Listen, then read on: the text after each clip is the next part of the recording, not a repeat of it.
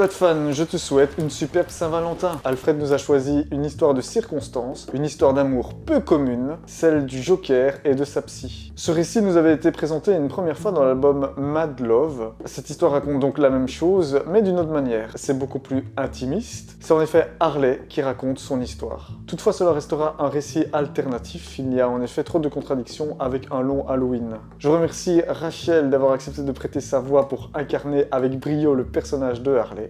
Quant à toi, installe-toi confortablement, prépare ton Batmug et on se retrouve à l'intérieur de l'histoire.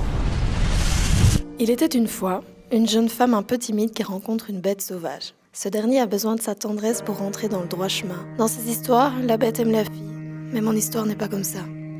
Non, mon histoire à moi est complètement différente. Vous pensez sûrement que le début de cette love story se passe à Arkham. Vous êtes à côté de la plaque. Nous nous sommes rencontrés dans la rue, au cœur des flammes. Ce ne fut pas le coup de foudre, mais il décida de m'épargner. J'ai gardé pour moi les événements de cette nuit décisive. Peut-être que si j'en avais parlé, la suite aurait été différente. Quelques jours plus tard, j'allais commencer mon étude psychiatrique à Arkham, sans me douter que mon destin planait au-dessus de ma tête. Nous y sommes arrivés le même jour. On peut facilement y voir une fatalité cosmique. Nous gravitons l'un vers l'autre comme des corps célestes. À l'époque, je ne me doutais de rien. J'entamais un nouveau chapitre. Pour moi, c'était un environnement vierge, sans passif. J'allais faire mon étude et mon sourire me gagnerait des amis. Arkham n'était pas propice au sourire. J'ai retardé le plus longtemps possible le moment de notre face-à-face. J'avais passé plus de 3 semaines à l'éviter. Il avait passé presque un mois à envahir mes rêves. Et puis, je ne pouvais plus me défiler. J'ai fini par jeter la prudence aux orties. Qui sait, c'était peut-être lui le sujet parfait pour mon étude. J'ai pensé, ça va, je maîtrise la situation. En vérité, il m'effrayait toujours autant. Si parler en public vous angoisse, on vous conseille un truc. Imaginez le public nu. En un sens, ça a marché.